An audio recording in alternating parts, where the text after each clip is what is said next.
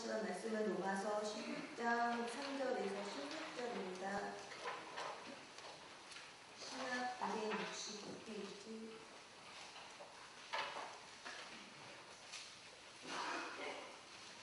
찾으셨으면 함께 공독하겠습니다. 너희는 그리스도 예수 안에서 나의 동역자들인 브리스가와 아굴라에게 평안하라. 그들은 내 목숨을 위하여 자기를 가지고 원한다니 나뿐 아니라 이방인의 모든 교회를 그에게 감사합니다. 또 저희 주에 있는 교회를 원한하라. 내가 사랑하는 대표님을 원한하라. 그는 아시아에서 그리스도께 처음 맺은 열매이다. 너희를 위하여 많이 수고한 바울에게 원한하라. 내 친척이고 나와 함께 갇혔던 안드로니코와 유니아에게 원한하라. 그들은 사도들에게 존귀를 여기고 또한 나보다 먼저 그리스도 안에 원한하라. 또 주 안에서 내 사랑하는 아굴라에게 원한하라. 그리스도 안에서 우리의 동료인 우르바와 나의 사랑하는 스타브에게 원한하라. 그리스도 안에서 애정하고 아들에게 원한하라. 나스도 예수에게 원한하라.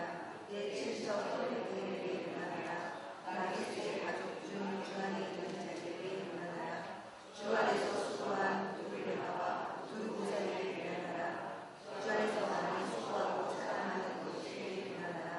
주 안에서 택하심을 입은 모토와 그의 어머니에게 원한하라.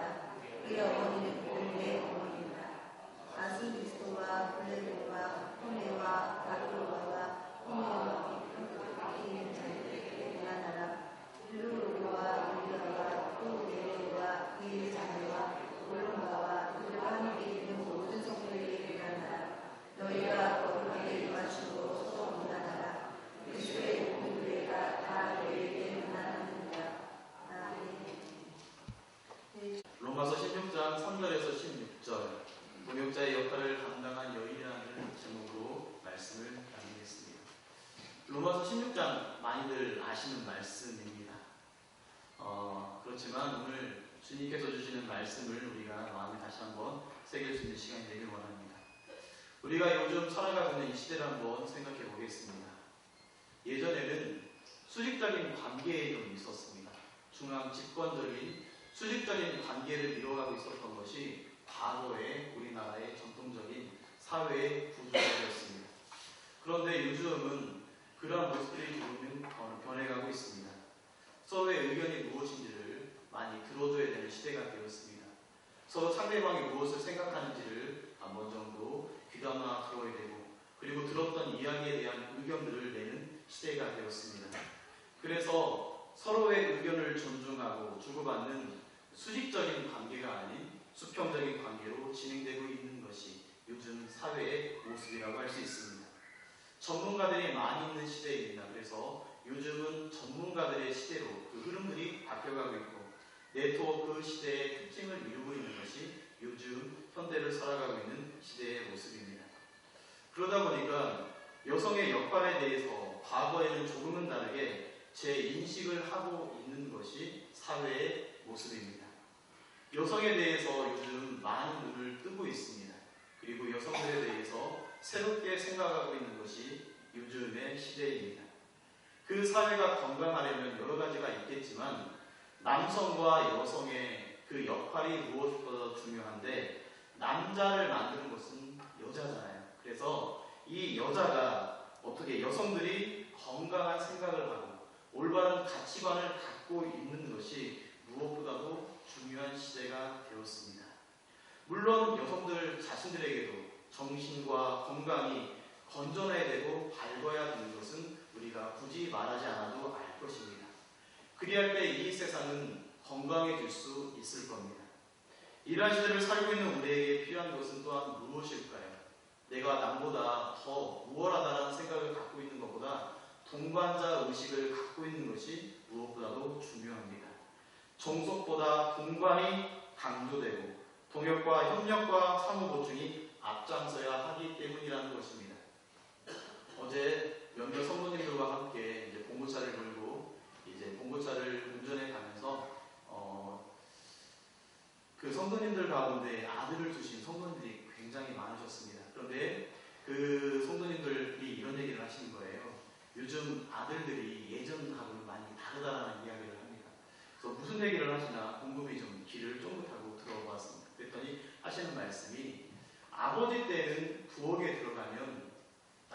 큰일 나는 줄 알았습니다. 그런데 요즘은 남자들이 이 맞벌이, 여성들도 요즘에는 같이 맞벌이를 하잖아요. 그래서 남자들도 여성들의 이 아내들의 일들을 도와줘야 되는 성호 보완적인 역할들을 해줘야 된다는 것을 이야기를 들었고, 최근에 페이스북을 통해서 한 젊은 사람의 주례하는 내용들을 좀 들었던 적이 있었는데, 그 주례하는 내용이 무슨 이야기를 했냐면 이러한 이야기를 했습니다.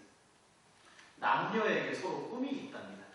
그래서 그 꿈을 가지고 결혼을 했는데, 이 결혼을 하게 되면 이 꿈이 산산이 조각이 난답니다. 왜 조각이 나냐면 남자들은 이제 결혼하면은 모든 것을 거의 안 하려고 하는 습성이 좀 있습니다.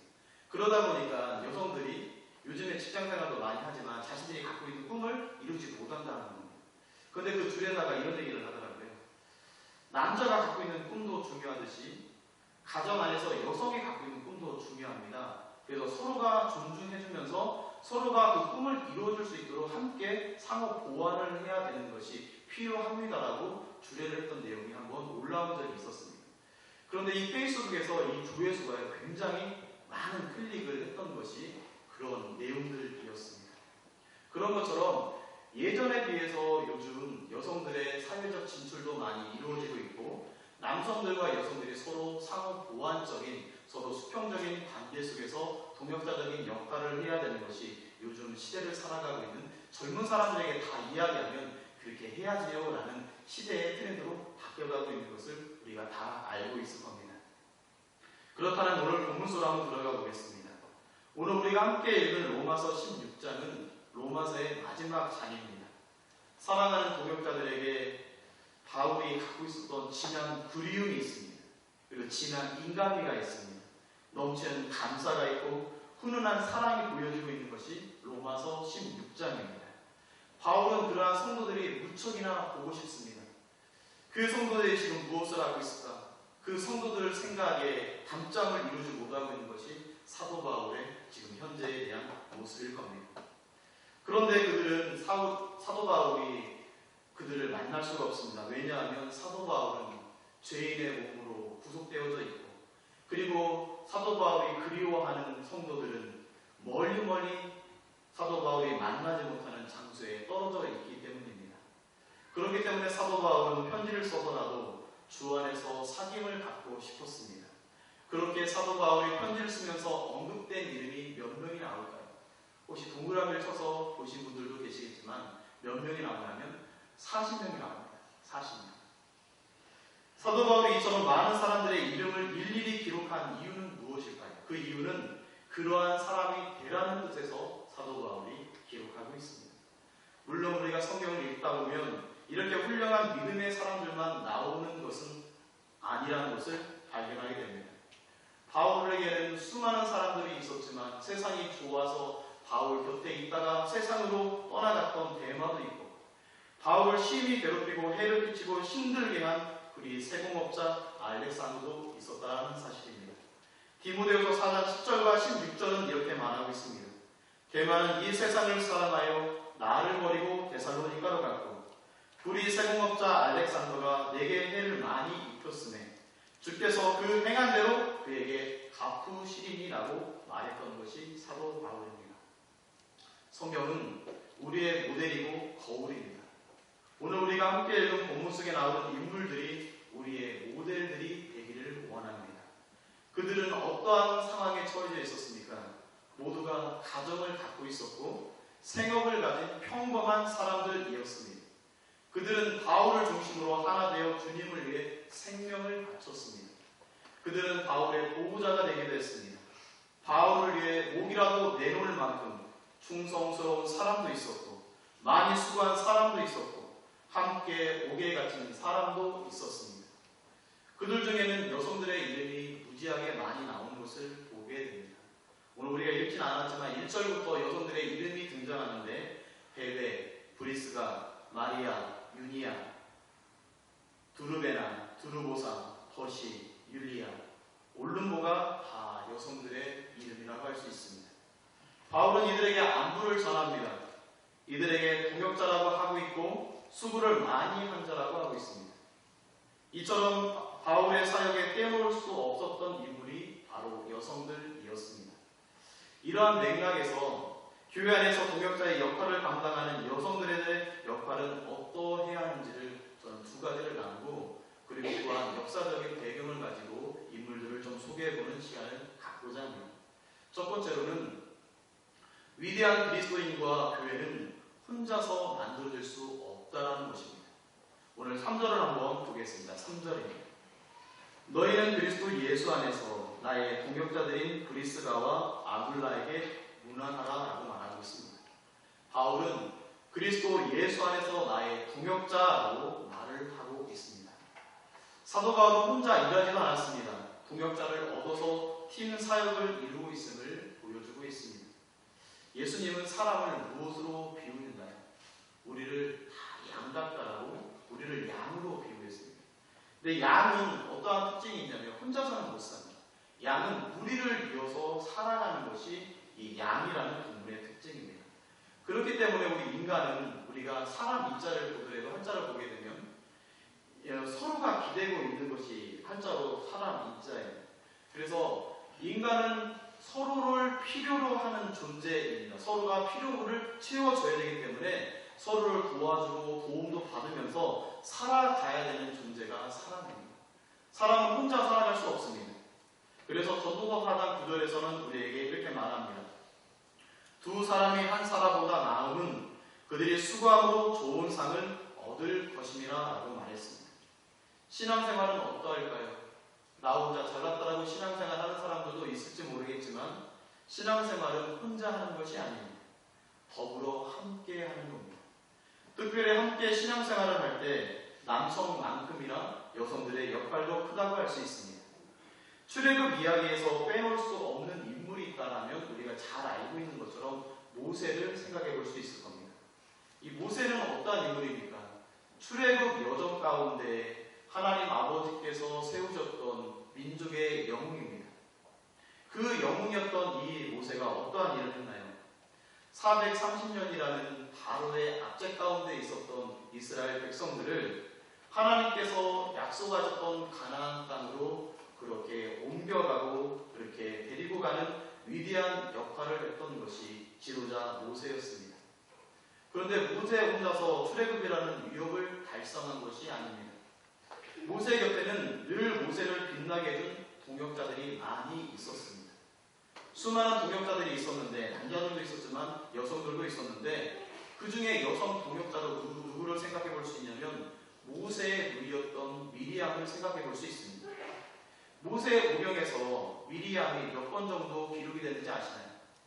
7번이 나왔는데 모세 오경에서 미리암을 7번을 언급하면서 모두 간략간략하게 짧게만 언급을 합니다. 제가 몇 개 구절만 좀 읽어드리겠습니다. 출애굽기 2장 4절 그의 누이가 어떻게 되는지를 알려고. 출애굽기 2장 7절 그의 누이가 바로의 딸에게 이르되. 출애굽기 15장 20절 아론의 누이 선지자 미리암이. 민수기 12장 1절 모세가 구수 여자를 취하였더니 그 구수 여자를 취하였으므로 미리암과 아론이 모세를 비방하니라. 신명기 24장 9절 너희는 애굽에서 나오는 길에서 내 하나님 여호와께서 미리암에게 행하신 일을 기억할지니라. 이렇게 모세 오경에서는 미리암이라는 여성에 대해서 아주 간략간략하게 소개할 뿐입니다. 그런데 우리가 주목 있게 봐야 될 성경 구절이 하나가 있는데 미가 선지자를 통해서 언급된 구절입니다. 미가 선지자는 미리암의 이름을 모세와 함께 나란히 동급으로 이렇게 동역하는 이 이름으로 거명하면서 이 미리암의 역할이 결코 작지 않았다라는 것을 보여주고 있습니다. 미가서 6장 4절입니다. 내가 너를 애굽 땅에서 인도해내어 종로로 가는 집에서 속량하였고 모세와 아론과 미리암을 내 앞에 보냈느니라라고 말하고 있습니다. 미리암은 애굽의 바로 왕으로 인해 어린 남자아이가 모두 몰살당할 수밖에 없는 급박한 시대 상황 속에서 당시 소녀의 몸으로 기지를 발휘해서 모세의 생명을 구하게 됐고 모세를 또한 돌보는 중요한 역할을 했던 것이 미리암입니다. 그리고 뛰어난 용기와 재치를 가지고 모세와 함께 히브리 백성들의 노예 해방을 이뤘던 그 여성이 바로 미리암입니다. 이처럼 미리암처럼 우리 그리스도인들은 혼자서 만들어지지 않습니다. 함께했던 동역자들을 통해서 위대한 그리스도인으로 만들어져 가고 있다는 것입니다. 사랑하는 성도 여러분, 교회 성장은 어떠할까요? 교회 성장도 마찬가지입니다. 함께 동참해 나갈 때 교회가 성장하고 부흥하여 세상에 영향력을 끼쳐 나갈 수 있다는 것입니다. 우리가 사도행전 2장에 대한 말씀을 보면 초대교회가 어떠했는지를 성경 한 구절에서 우리는 볼 수가 있는데, 사도행전 2장에서 이렇게 말하고 있습니다. 날마다 마음을 같이하여. 초대교회는 날마다 마음을 같이하여 하나님 나라의 귀한 일들을 같이 동역했던 수많은 사람들이 있었다는 사실입니다. 사랑하는 성도 여러분, 위대한 그리스도인 우리는 되기를 원합니다. 하지만 혼자는 될 수 없습니다. 우리 신앙생활은 함께 격려해주고 함께 기도하고 함께 성장해가는 믿음 안에서 되어진다는 것입니다. 그 믿음의 사람들이 교회 안에서 소그룹으로 모이고 또한 교회에 대한 한 몸을 이루어서 교회의 머리가 되시는 예수님 중심으로 그렇게 날마다 같이 하는 동역자들이 함께 되어질 때 이 일들이 이루어질 수 있다는 것입니다. 그 일들을 이루어가는 건 남성들도 중요한 역할을 감당하지만 여성들도 동역자로서 똑같은 동역자에 대한 수평적인 위치에서 그 일들을 이루어가야 된다는 것을 우리 한번 마음에 새길 수 있기를 간절히 소원합니다. 또한 교회를 위하여 많이 수고했음을 발견하게 됩니다. 오늘 본문 6절과 12절을 한번 보겠습니다. 6절 12절. 너희를 위하여 많이 수고한 마리아에게 문안하라. 12절에서도 주 안에서 수고한 두르베나와 두르보사에게 문안하라. 주 안에서 많이 수고하고 사랑하는 버시에게 문안하라 라고 말하고 있습니다. 바울은 많은 사람에게 편지로 문안하면서 많이 수고한다, 주 안에서 많이 수고한다라는 말을 특히 누구에게 지금 쓰고 있냐면 여성들 앞에 쓰고 있습니다. 6절을 다시 한번 보면 마리아가 여성인데 많이 수고한 마리아라고 하고 있고, 12절에서도 두르베나가 여성인데 주 안에서 수고한 두르베나, 그리고 버시에게도 주 안에서 많이 수고한 사랑하는 버시라고 하면서 그렇게 말을 하고 있다는 것입니다. 특별히 주 안에서 많이 수고하는 것이 여성들의 역할인 것을 오늘 본문을 통해서 우리에게 보여주고 있습니다. 수고한다는 것이 무엇일까요? 일을 하는데 애를 쓰고 힘을 들이는 것이 수고하다라는 사전적인 의미입니다. 그런데 이 수고한다라는 이 단어가 조금은 특별한 의미를 갖고 있습니다. 어떤 의미를 갖고 있냐면 잘 들어보시기 바랍니다. 그것은 일반적인 일을 하는데 들이는 노력이 아니라 아무것도 없이 한 사업체를 세우기 위해 맹렬하게 전투적으로 분투하는 것을 의미할 때 쓰는 것이 수고한다라는 성경적인 단어입니다. 이것을 우리가 풀어보면 어떠한 의미일까요? 한마디로 온 힘을 다해서 전도하고 온 힘을 다해서 주님의 몸된 공동체인 교회를 섬겼다는 것을 우리에게 수고한다라는 이 단어를 통해서 보여주고 있는데, 이 역할을 교회에 대해서 여성들이 주도적으로 이 역할을 하고 있었다는 것을 우리에게 보여주고 있다는 것입니다. 그러하게 여성의 수고하는 부지런함은 우리에게는 소중한 미덕인 것입니다. 우리가 너무나 잘 알고 있는 잠언 31장은 현숙한 여인에 대해서 우리에게 소개하고 있는데, 잠언 31장 10절 이하를 보면 현숙한 여인이 가져야 될 특징들에 대해서, 모습들에 대해서 아주 자세하게 소개하고 있습니다. 그 중에 손이라는 표현이 들어가고 있는 그 구절이 무려 5절이 나오게 되는데, 그 구절들을 한번 소개해 보겠습니다. 잠언 31장 13절입니다. 그는 양털과 삼을 구하여 부지런히 손으로 일하며. 16절. 밭을 살펴보고 자기의 손으로 번 것을 가지고 포도원을 일구며. 19절. 손으로 손 뭉치를 들고 손가락으로 가락을 잡으며. 20절. 그는 돈부한 자에게 손을 펴며 궁핍한 자를 위하여 손을 내밀며. 마지막 31절, 잠언 31장 31절에서 그 손의 열매가 그에게로 돌아갈 것이요 그 행한 일로 말미암아 성문에서 칭찬을 받는다라고 말하고 있다는 것입니다. 결국 현숙한 여인에게 대한 칭찬의 결론을 우리는 성경을 통해서 어떻게 말하고 있나요? 손으로 수고한 열매에 대한 칭찬, 손으로 수고한 열매에 대한 칭찬인 것을 보여주고 있다는 것입니다. 의인은 손으로 하는 수고는 생명에 이른다라고 말합니다. 악인의 수고는 어떨까요? 악인은 손으로 그 수독을 잡을지라도 죄에 이르게 된다라고 말하고 있습니다. 우리의 수고는 세상을 위한 수고입니까? 우리의 수고는 오늘 누구를 위해서 하고 계신 수고이십니까? 우리의 수고는 세상의 어떠한 수고가 아닙니다. 세상 그 어떤 수고보다도 우리에게는 하나님 나라를 위한 가장 값진 수고를 하고 있습니다. 우리의 수고가 누구를 위한 것입니까? 하나님을 위하신 거고 우리 예수님을 위하신 거고 그리고 한 영혼을 위한 수고인 것입니다. 그 수고가 모여져서 어떻게 되나요?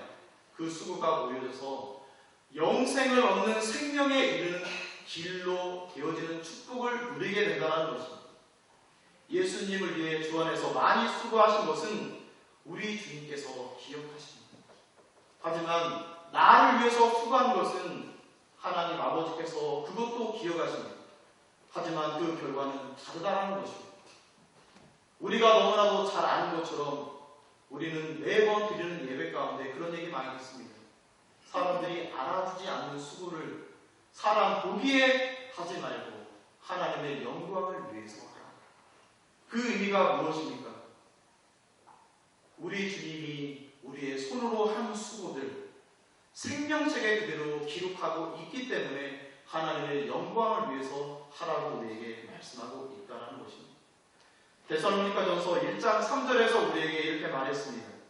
너희의 믿음의 역사와 사랑의 수고와 우리 주 예수 그리스도에 대한 소망의 인내를 우리 하나님 아버지 앞에서 쉬지 않고 기억함이니라고 말했다라는 것입니다. 남성들의 수고, 수많은 직분자들의 수고처럼 여성들의 수고는 하나님께서 특별하게 오늘 본문에서 주 안에서 많이 수고한 누구누구라고 말했던 것처럼 하나님께서 주 안에서 많이 수고했다라고 하신다라는 것을 우리가 기억할 수 있기를 원합니다. 하나님 앞에서 우리가 손해볼 것이 없습니다. 우리가 하나님을 위해서 조그마한 것을 심었다 하더라도 하나님 아버지께서는 우리에게 30배, 60배, 100배 아니 1000배, 만배의 결실을 얻게 하는 놀라운 기적의 하나님이시기 때문입니다. 그러하게 주님의 몸된 교회를 위해 주 안에서 많이 수고했던 것처럼 조금 더 힘을 낼 수 있기를 원합니다. 주님의 일이 하는 사람만 해서는 아니 될 거라고 생각합니다. 주님의 일은 하는 사람만 하는 것이 아니라 우리 모두에게 해당되는 것이고 그리고 또한 우리에게 젊음을 주시고 오늘도 주님의 영광을 위해서 사용할 수 있도록 나를 구구 삼아 주셨다면 조금만 더 힘을 내서 합력해 귀한 사역들을 감당할 수 있기를 간절히 소망합니다. 이제 마지막으로 저는 한 가지를 더 생각해 보려고 합니다. 동역자의 역할을 감당했던 여성들로 인해 한국과 한국교회가 부흥되었다는 사실을 우리는 잘 알고 있는데 저는 한 3명의 인물들을 좀 소개해 보려고 합니다. 그 인물들이 이제 여성들이 많이 있지만 저는 특별히 그 3명 정도를 좀 소개해 보고 싶은데 그 이유는 이것입니다. 그 조선의 여인들은 과거에 어떠한 삶을 살았냐면 가부장적 가족제도와 유교질서에 억압당해서 서름 속에 살았던 것이 과거 우리 선조들의 모습입니다. 그래서 조선시대 때 뭐가 있었냐면 남존여비 사상 같은 게 있었습니다. 그래서 이러한 사회 구조 속에서 여성들은 침묵을 늘 강요받았습니다. 숨어 있어야 되는 존재들이 여성들이었습니다.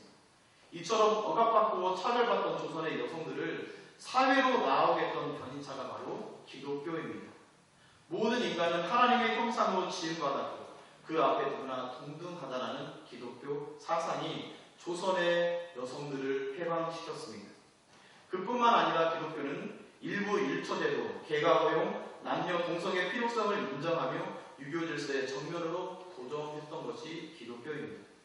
이 같은 일들이 가능했던 것은 조선에 들어온 여자 선교사들, 여성 선교사들 덕분이었는데, 여성 선교사들 중에 저는 한 사람을 좀 소개해 보려고 합니다. 사진 한번 해주실까요? 엘리자베스 셰핀이라는 선교사님입니다. 서석평 선교사님이라고 혹시 들어보셨습니까? 서석평 선교사님. 최근에 극장에서 개봉하기도 했었는데요. 이 서석평 선교사님 어디서 사역을 하셨냐면 전라남도에서 사역을 하셨습니다. 전라남도에서 사역을 하셨는데, 이 전라남도 어디 중심으로 사역을 하셨냐면 광주 지역입니다. 광주 지역에 가면 어떤 학교가 있냐면 광주 수피아 여학교가 있습니다.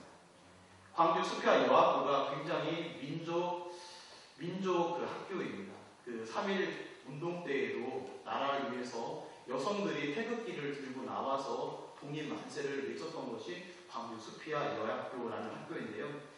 잠깐 사진 계속 띄워주셔야 됩니다.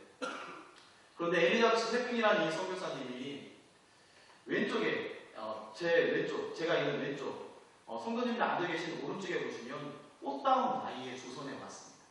이 꽃다운 나이에 왔는데 남편도 없이 왔습니다. 왜냐하면 결혼을 안 했거든요. 이 처녀의 몸으로 조선에 들어오셨습니다. 그런데 이 서석평이라는 이 선교사님이 갖고 계신 것이 무엇이었냐면 이 환자들을 돌보는 이 간호사의 그 기술을 갖고 있었습니다. 그래서 전라도 일대에 누가 많이 있었냐면 거리들이 많이 있었습니다. 거리들이 되게 많았고요. 나병 환자들, 문둥병자들이잖아요. 이 문둥병자들이 굉장히 많고 고아들이 굉장히 많았습니다. 문둥병자들, 거리들, 이 고아들을 자신의 집으로 데리고 와가지고요. 그렇게 교육시키고 기독교 하나님의 말씀을 그렇게 교육시키는 그러한 일들을 했습니다. 이 서석평 선교사님이 평생을 어떻게 사셨냐면 혼자 사시면서 조선을 조선인보다 더 사랑했던 선교사님입니다. 그 옆에 있는 사진이 늙었을 때의 모습인데 그래도 꽃다우시잖아요. 이분이 죽을 때 광주에서는요, 이 광주의 어머니라고 해가지고 이 광주에서 굉장히 장례를 치러줄 때에도 일반 사람들이 3일 장례를 한다라면 이 서석평 선교사님은 제 기억으로 한 달인가를 그렇게 장례를 했던 굉장히 조선인들을 그렇게 신앙적으로 붙잡아주고 민족을 사랑했던 이 선교사님입니다. 이 선교사님이 들어와서 많은 여성 사람들을 세우게 되는데 이 사람들이 무슨 역할을 하게 되냐면 전도 부인의 역할을 하게 됩니다. 전도 부인은 무슨 역할이냐면 전도사들이 아니라 전도 부인은 뭐냐면 하나님의 복음을 듣고 이 복음을 내가 들었던 은혜에 대한 말씀을 산간 오지를 다니면서 사람들에게 전하는 역할을 하는 겁니다. 급여도 받지 않습니다. 오직 그 은혜에 감격해서 하나님의 복음을 전하는 전도 부인의 역할을 감당하는 여인들을 많이 세웠던 것들이 이렇게 서석평 선교사님 같이, 그리고 이화 여자대학교, 이화 학당을 세웠던 스클레턴 선교사님 같은 여성 선교사님들을 통해서 이 일들이 이루어졌다는 것입니다. 서석평 선교사님이 이런 이야기를 했습니다. 성공이 아니라 섬김이라는 정신으로 뼛속까지 조선인으로 나는 살았다라고 고백을 했다는 것입니다. 그래서 이 선교사님들을 통해서 전도부인들과 민족을 사랑하는 독립가들이 여성들 사이에서 많이 나오게 되는데 그 다음 사진 한번 보여주실까요?